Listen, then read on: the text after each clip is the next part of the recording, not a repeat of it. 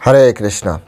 সকলকে আবারও কৃষ্ণ প্রীতির শুভেচ্ছা জানিয়ে আমাদের ধারাবাহিক শ্রীমদ্ ভাগবত গীতার ক্লাসে আপনাদেরকে স্বাগতম জানাচ্ছি। আজ আমরা শ্রীমদ্ ভাগবত গীতার অন্তর্গত সপ্তম অধ্যায়ের 21 নম্বর শ্লোক নিয়ে আলোচনা করব। শ্লোকটি খুব গভীর বিষয়, দেবদেবতাদের পূজা এবং ভক্তদের সাথে দেবদেবতাদের রিলেশন এবং ভক্তির যে প্রবণতা সেটি কীভাবে, এর যে সায়েন্স, সেই সায়েন্সটা এখানে আপনারা বুঝতে পারবেন। তো সকলের সাথে থাকবেন, অত্যন্ত মনোযোগ দিয়ে শ্রদ্ধার সহিত এই কথাগুলি শ্রবণ করবেন। যাদের জানার ইচ্ছা আছে, শ্রদ্ধা আছে, তারাই শুধু দেখবেন, আর বাকি সবার জন্য তো এন্টারটেনমেন্টের মতো মনে হবে। তো যাই হোক, আপনারা, আমি অনুরোধ করি সকলে সুন্দরভাবে শুনবেন। তো ছোট একটা অনুরোধ প্রথমে করতে চাই আরেকটি, সেটি হচ্ছে যারা চ্যানেলে প্রথমে এসেছেন অবশ্যই চ্যানেলটি সাবস্ক্রাইব করে রাখুন, কারণ একটা না একটা সময় আপনারা প্রত্যেকেই জানতে পারবেন, বুঝতে পারবেন, দেখতে পারবেন যে এটি সবথেকে রিলায়েবল এবং সবচেয়ে ট্রাস্টেড একটি চ্যানেল হবে, যেখানে সম্পূর্ণ শাস্ত্র অ্যাজ ইট ইজ করে আপনাদের সকলের সামনে উপস্থাপন করা হবে। শুধু আপনারা সাথে থাকুন, এই চ্যানেলের যে পরিবার যেটাকে বলা হয় সেটাকে আপনারা বাড়ান।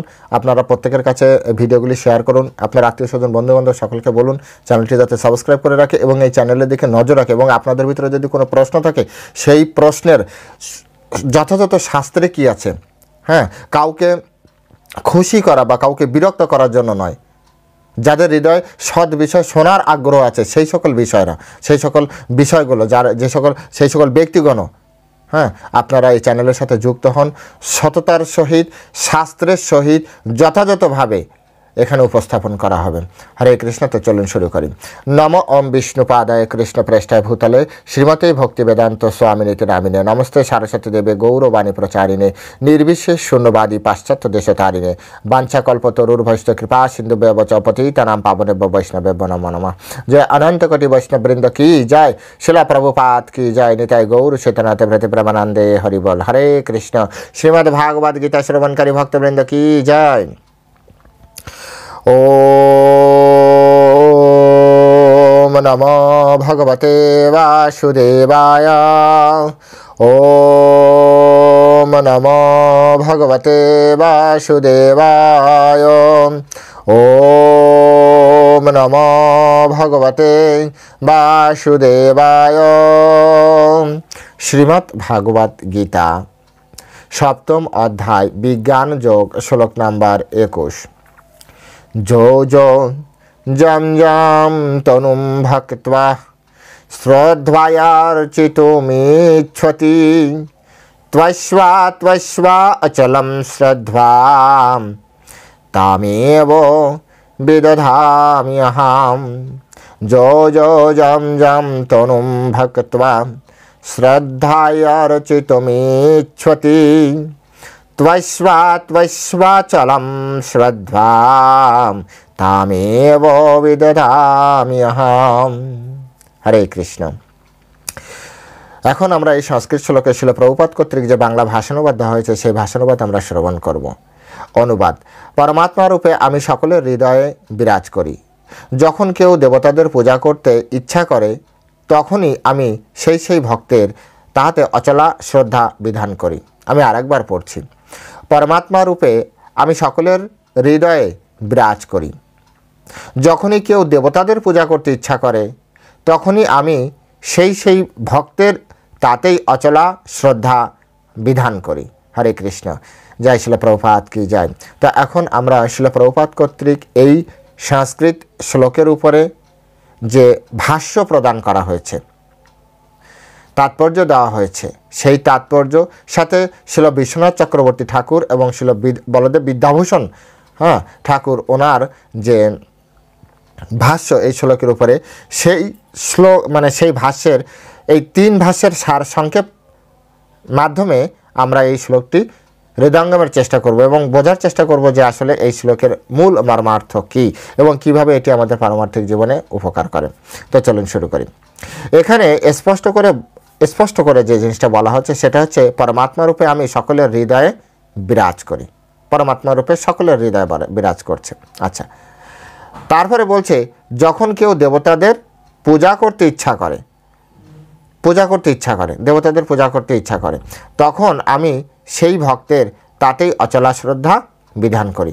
এই শ্লোকটি বলার পিছনে কারণ কি, এর আগের শ্লোকে, বিশেষ 20 নম্বর শ্লোকে পরমেশ্বর ভগবান বলেন যে যারা দীর্ঘ সময় ওয়েট করে পরমেশ্বর ভগবান শ্রীকৃষ্ণের চরণে ভক্তি করতে ইচ্ছা বা ধৈর্য রাখতে পারে না, তো ইনস্ট্যান্ট ফল প্রাপ্তির জন্য ভক্তিবাদে তার ইনস্ট্যান্ট ফল চাই জড়জগতে।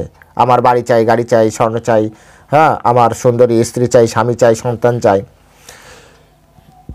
জড়জাগতিক কামনা বাসনা রয়েছে।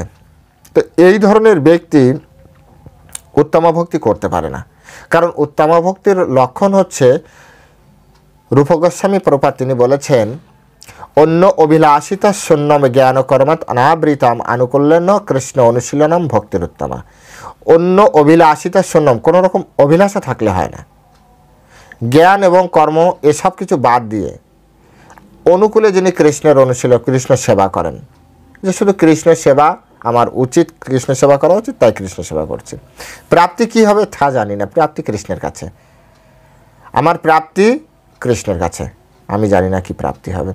এই যাদের মোটিভ তারা করে কৃষ্ণের সেবা, কিন্তু এই জড়জগতে সকলে এরকম নয়। কিছু লোকের দরকার যে ভগবান আমি তো ভজনা করছি, কিন্তু আমার ফ্যামিলিকেও চালাতে হবে, তো ফ্যামিলির প্রতি কি আছে, আসক্তি আছে, আগ্রহ আছে। তো ফ্যামিলির জন্য টাকা চাই, চাল চাই, ডাল চাই, বাড়ি চাই, এরকম। তো এই যে চাওয়া, এটি ঠিক অভিলাষিতা শূন্যম হয় না। তো এখন কি তারা একেবারে সব কিছু বাদ দিবে? সেটাও সম্ভব না। তখন তাদেরকে বলা হচ্ছে তারা এই জড়জগতে যে সকল দেবদেবতা আছে তাদের উপাসনা করে। এখন এই যে দেবদেবতার উপাসনা করে, তার পরের শ্লোক হচ্ছে যে পরমাত্মা রূপে পরমেশ্বর ভগবান সকলের হৃদয় আছে, আপনারাও জানেন, আমিও জানি, সকলেই জানে, এটা একটা বাচ্চাও জানে। এ পর্যন্ত ঠিক আছে, সকলের হৃদয় অবস্থান করছে। পরমেশ্বর ভগবান বললেন যে দেবতাদের যে দেবতাদের পূজা করতে ইচ্ছা করে, আমি সেই ভক্তের তাতেই অচলা শ্রদ্ধা দান করি। অর্থাৎ ভক্তদের যে দেবতাদের প্রতি আগ্রহ, ভক্তদের যে দেবতাদের পূজা করার প্রতি আগ্রহ, সেটা ভক্ত করছে না। সেই যে ভক্তিটা, অচলা ভক্তিদান, অচলা শ্রদ্ধা, এই শ্রদ্ধা কিন্তু ভক্তের নিজের না, বা দেবতারাও শ্রদ্ধা উৎপাদন করছে এমন নয়। এটি আমাদের খুব খুব সায়েন্টিফিক্যালি বুঝতে হবে। শিলা প্রভুপাদ এখানে খুব সুন্দরভাবে বলছে যে এই জড়জগতে জীবাত্মা অথবা দেবতা সকলে কিন্তু কৃষ্ণের অধীন।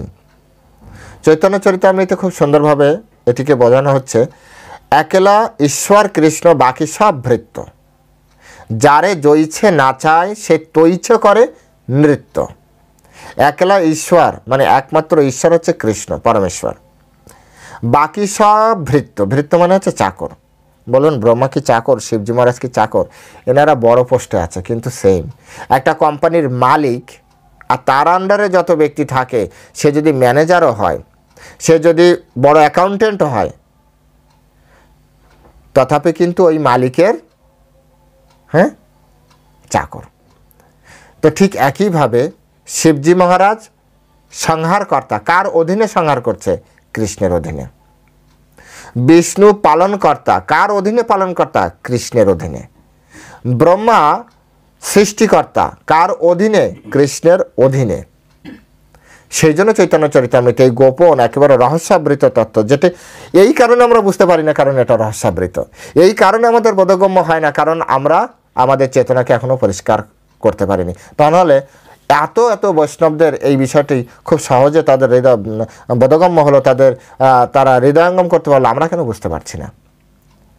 একলা ঈশ্বর কৃষ্ণ, বাকি সব ভৃত্য, যারে জইছে নাচায়, এ কৃষ্ণই নাচাচ্ছে, সে তৈছে করে নৃত্য। তাই শিলা প্রভুপাদ এখানে বললেন আমরা সবাই হচ্ছি কৃষ্ণের অধীন। তো এখন কিছু কিছু সময় এরকম হয় যে আমাদের নিজেদের কিছু সুখ ভোগের ইচ্ছা হয় এই জড়জগতে, আর তখন আমরা কি করি?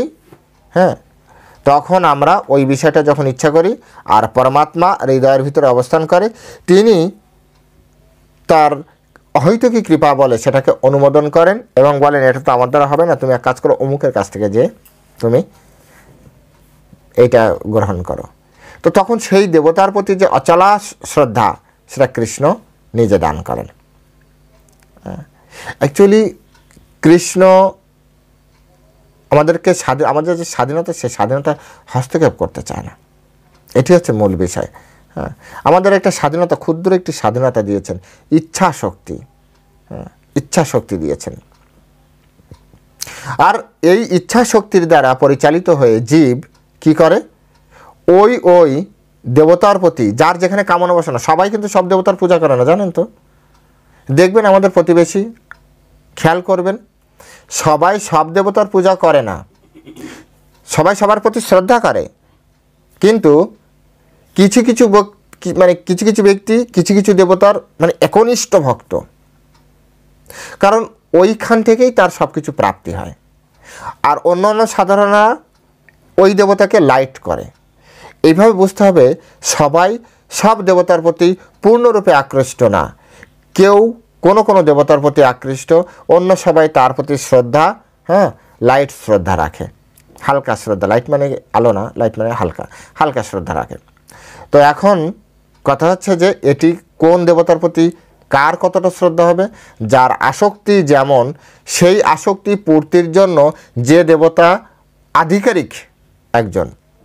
আধিকারিক ব্যক্তি, যেমন আমার অর্থের প্রয়োজন, এখন অর্থর প্রয়োজন হলে এনার আধিকারিক দেবতাকে, অর্থের আধিকারিক দেবতা হচ্ছে মাতা লক্ষ্মী, তাহলে ডেফিনেটলি মাতা লক্ষ্মীর আন্ডারেই আমার পূজা করতে হবে, মাতা লক্ষ্মীকেই আমার পূজা করতে হবে। এখন মাতা লক্ষ্মীকে আমি পূজা করব, কিন্তু সরস্বতীকে কি আমি অবহেলা করব না, সেখানে কিন্তু আমি শ্রদ্ধা রাখছি, কিন্তু লাইট শ্রদ্ধা, ওখানে অতটা আমার হয়তো যার সন্তান যার সন্তান পড়াশোনা করছে, পূজার সময় দেখবেন এই যে সরস্বতী পূজা, বছর সরস্বতী পূজা হয়, এই সরস্বতী পূজার সময় দেখবেন খুব পিতামাতা খুব কম অঞ্জলি দেয়, স্টুডেন্টরা খুব অঞ্জলি দিতে পটু আছে না খেয়ে।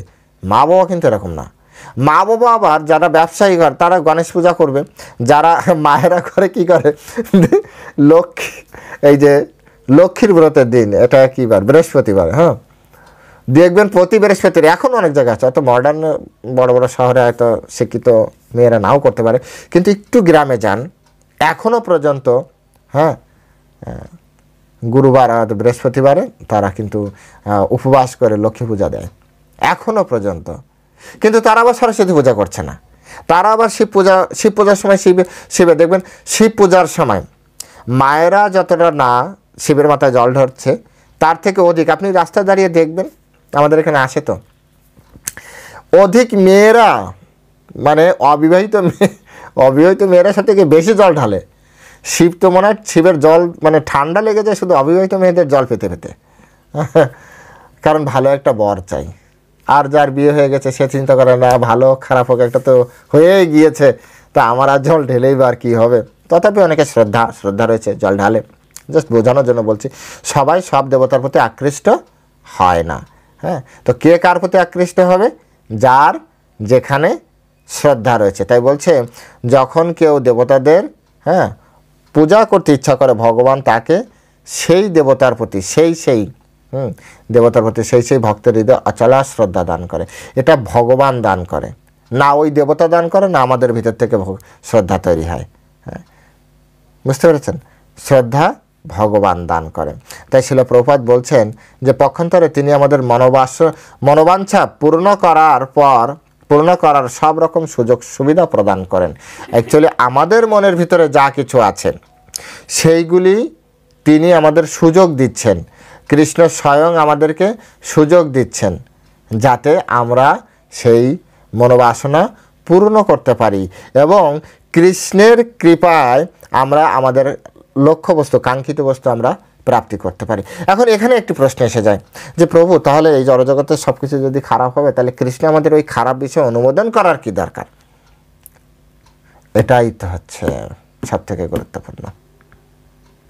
গুরুত্বপূর্ণ প্রশ্ন হচ্ছে এটা, যে কৃষ্ণ কেন এই খারাপ বিষয়টাকে, যেমন একটা পিতামাতা কখনো তার সন্তান মদ খাবে, এটা কখনো পিতামাতা অনুমোদন করে না। একটা সন্তানের যদি সর্দি কাশি হয়, তাহলে পিতামাতা কখনো আইসক্রিম বা ফ্রিজের খাবার অনুমোদন করে না। তো এই জড়জগতের যে বিষয়গুলি কামনা বাসনা করছে সন্তানেরা, এটি তো খারাপ, কৃষ্ণ বুঝতে পারছে। কথা হচ্ছে কৃষ্ণ বুঝতে পারার পরে সেটি কেন অনুমোদন করছেন তিনি? কৃষ্ণের অনুমোদন করার কি দরকার আছে? হ্যাঁ, এটি হচ্ছে একটি গুরুত্বপূর্ণ প্রশ্ন। তো শিলা প্রভুপাদ এখানে বলছেন, শিলা প্রভুপাদ এখানে খুব সুন্দরভাবে এইভাবে বলছেন যে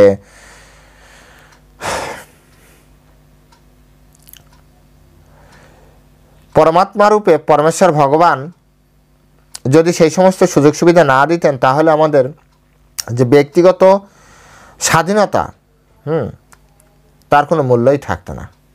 হ্যাঁ, আশা করি আপনারা বুঝতে পেরেছেন।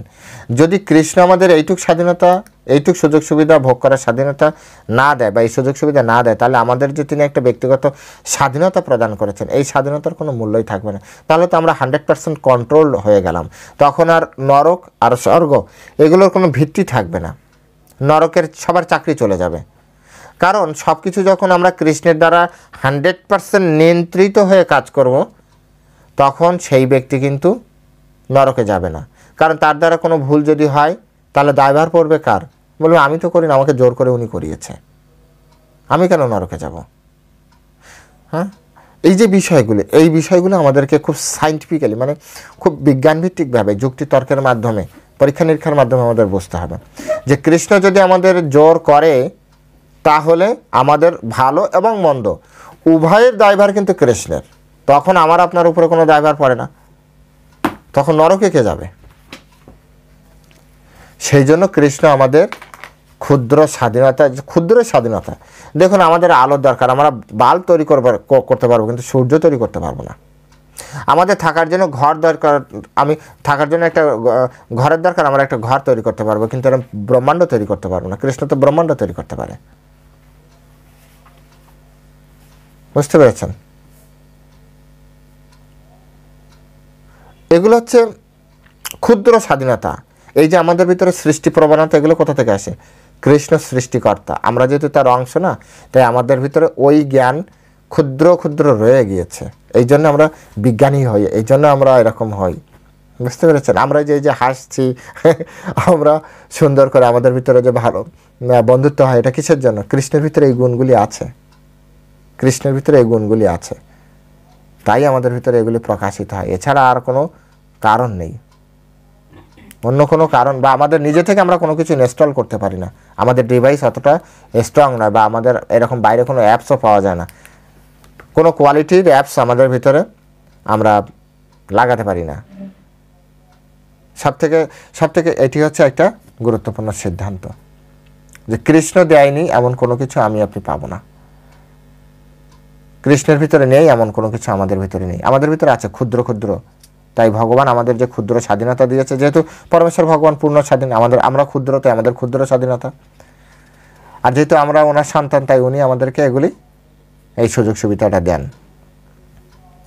এবার শিলা প্রভুপাদ বলছে, কিন্তু এই যে পরম নির্দেশ আমরা এই ভগবদ গীতাতে পাই, সব কিছু পরিত্যাগ করে ভগবানের শরণাগত হও। এই জন্য আমাদের পরমেশ্বর ভগবান শ্রীকৃষ্ণ নির্দেশ দিয়েছেন যে দেখো, এই জন্য তুমি সব কিছু ত্যাগ করে তুমি আমার চরণে, কৃষ্ণের চরণে শরণাগত হও। এটি হচ্ছে পরম নির্দেশ। হ্যাঁ, শিলা বিশ্বনাথ চক্রবর্তী ঠাকুর বলছে যে আপনাদের আমাদের এরকম চিন্তা করা উচিত নয় যে দেবতারা আমাদের দেবতার দিকে আকর্ষণ করছে, এরকম কোনোভাবেই কখনো চিন্তা করা উচিত না। কারণ দেবতারা যদি এরকম সামর্থ্যবান হতো, তাহলে দেবতারা তাদের ভক্তদের আর কৃষ্ণের কাছ থেকে চেয়ে এনে কোনো কিছু দিতে হতো না, তারা স্বেচ্ছায় নিজেরা কিছু দিতে পারতো। কিন্তু কোনো দেবতা সেটি করতে পারে না। কোনো দেবতা তার ভক্তকে কিছু যদি দিতে হয়, তাহলে কৃষ্ণের অনুমোদন নিয়ে তারপরে তাকে সেটি দিতে হয়, কৃষ্ণের অনুমোদন নিয়ে তারপর দিতে হয়। কোনো দেবতা স্বেচ্ছায় দিতে পারে না। তো এগুলি হচ্ছে আমাদের খুব খুব সূক্ষ্মভাবে, সূক্ষ্ম বিচার ছাড়লে আপনি এটা পাবেন না। সূক্ষ্ম বিচার যে কৃষ্ণের কাছ থেকে নিয়ে আসে, তাই আমরা পাই। হ্যাঁ, এখানে অনেকে এরকম বলে না যে ভগবানের ইচ্ছা ছাড়া একটা গাছের পাতাও নড়ে না।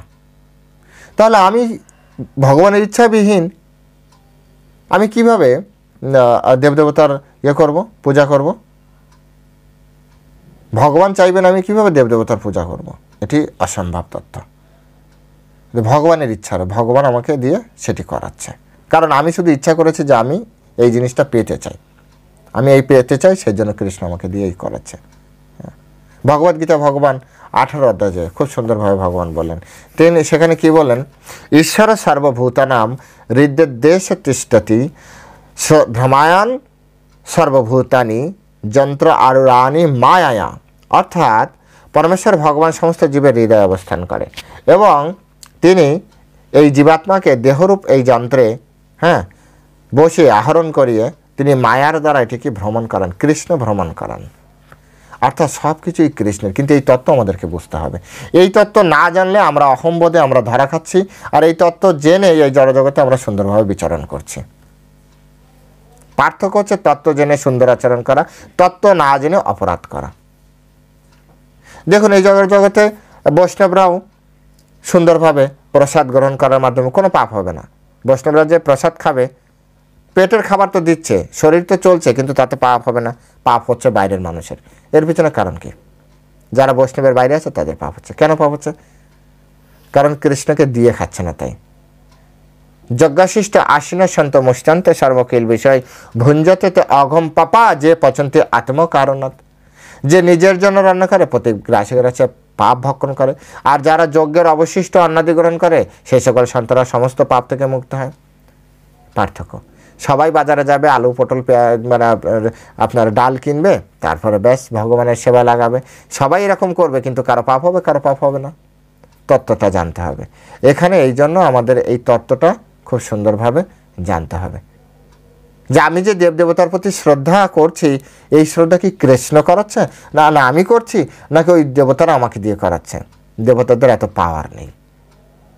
যদি আপনি শাস্ত্র দেখেন, দেবতাদের এত পাওয়ার নেই। দেবতাদের যদি এত পাওয়ার থাকতো, যখন যখন অসুরেরা তাড়া করেছে, ভগবানের কাছে কেন যেতে হয়? ভগবান ওদেরকে বাঁচিয়েছে। ভগবান বিপদে পড়েছে, দেবতারা বাঁচিয়েছে। একবার দেখেন তো। ব্রহ্মার অনেকবার ব্রহ্মার করেছে। ব্রহ্মা হিরণ্যকশিপুকে বর দিয়েছে। নৃসিংহ ভগবান এসে হিরণ্যকশিপুর বরকে মানে ব্রহ্মার বরকে রক্ষা করে হিরণ্যকশিপুকে ঘরের ভিতরেও না, ঘরের বাইরে না, চৌকাঠের উপর ফেলে মেরেছে। দিনেও না, রাত্রেও না, সন্ধিক্ষণে। আকাশেও না, মাটিতেও না, কোলের উপরে রেখে মেরেছে। কোনো অস্ত্র না দিয়ে নখ দিয়ে কেটে মেরেছে। অর্থাৎ ব্রহ্মাকে বাঁচিয়ে অসুরকে হত্যা করেছে। এই যে বিষয়, এই সূক্ষ্ম বিষয়গুলো যেদিন আমরা বুঝতে পারবো, সেদিন মনে করেন যে আমাদের ভিতরে সেই চেতনাটা তৈরি হবে। কিন্তু আসলে কৃষ্ণ যতদিন না কৃপা করছে, যতদিন কোনো সাধুগুরু বৈষ্ণব আমাকে আপনাকে কৃপা না করে, ততদিনও আমরা এই বিষয়টা বুঝতে পারবো না। অসম্ভব বিষয়, অসম্ভব গোপনীয় বিষয়। যে আমরা তো দেবতাদের চরণে এরকম প্রণাম করছি, কিন্তু প্রণাম আমি করছি না। আমি শুধু ইচ্ছা করেছিলাম যে আমার একটা বই কেনা দরকার। তো বই কেনাটা হচ্ছে আমার ইচ্ছা। বই তৈরি করা আরও অনেক বড় একটা মেকানিজম, অন্য কেউ করছে। বইয়ের দোকানে আমাকে আরেকজন নিয়ে যাবে, টাকা আরেকজন জোগাড় করিয়ে দেবে, তারপর বই আরেকজন তৈরি করে রাখবে, আরেকজন লিখে রাখবে। এটা একটা অনেক বড় পরিকল্পনা। এই সব পরিকল্পনা শুধুমাত্র মানে সব কিছু আমি করি না, সব কিছু আমি করি না। আমি শুধু কি করেছি, ইচ্ছা করেছি যে আমার এইটাই বই দরকার। বাকি সব অ্যারেঞ্জমেন্ট কৃষ্ণের। আমাকে ওই বইটা প্রদান করার জন্য বাকি সব অ্যারেঞ্জমেন্ট কৃষ্ণের। বিচার করুন একবার। ঠিক তেমনি আমি শুধু ইচ্ছা করেছি যে আমার একটা ভালো বর হোক। তো এখন এই বরটা কীভাবে হবে? তাহলে শিবজি মহারাজের কাছে যেয়ে তুমি মাথায় জল ঢালো, ব্যাস। এই সামনে আসছে তো, কবে? 26 তারিখ মেবি, শিবরাত্রি। সবাই রেডি হবেন জল ঢালার জন্য। শিল প্রভুপাদ বলছে, অনেকে হয়তো এই কথা শুনতে শুনতে বলছে, প্রভু শুধু আপনি ভালো বর পাওয়া যায় কিভাবে সেটা বলছেন, ভালো স্ত্রী পাওয়া যায় কিভাবে সেটা তো বললেন না। উমাপত্নী, শিল প্রভুপাদ বলছে যে শিবপত্নী উমাপত্নী সরি ভুল হচ্ছে, শিবপত্নী উমা দেবীর যদি কেউ উপাসনা করে তাহলে তার ভালো স্ত্রী প্রাপ্তি হবে। যাক, এটা আলোচ্য বিষয়। আলোচ্য বিষয় হচ্ছে তাহলে আমরা যেমন ইচ্ছা করব, কৃষ্ণ আমাদের অভিভাবক রূপে সেই ইচ্ছা পূর্তির জন্য সেই দেবতার প্রতি আমাদের শ্রদ্ধা দান করবে। আর ওই দেবতার কাছে যে বলবে এই ছেলে তোমার প্রতি শ্রদ্ধা করেছে, যা চেয়েছে দিয়ে দাও। বিষয়টা কি ক্লিয়ার? এই হচ্ছে মূল ফ্যাক্ট। কৃষ্ণই সমস্ত হচ্ছে কিছু নিয়ন্ত্রণ করছেন। আমাদের রয়েছে শুধুমাত্র ইচ্ছা শক্তি, শুধু ইচ্ছা শক্তি, এর বাইরে আর কিছু না। কেউ রোগ মুক্তির জন্য যদি সূর্যদেবের উপাসনা করে, তো তখন ভগবান বলে হ্যাঁ হ্যাঁ ভালো করে শ্রদ্ধা করো, তুমি সূর্যদেবের উপাসনা করো। কেউ যদি বলে যে আমার টাকা চাই, ঠিক আছে লক্ষ্মীদেবীর উপাসনা করো।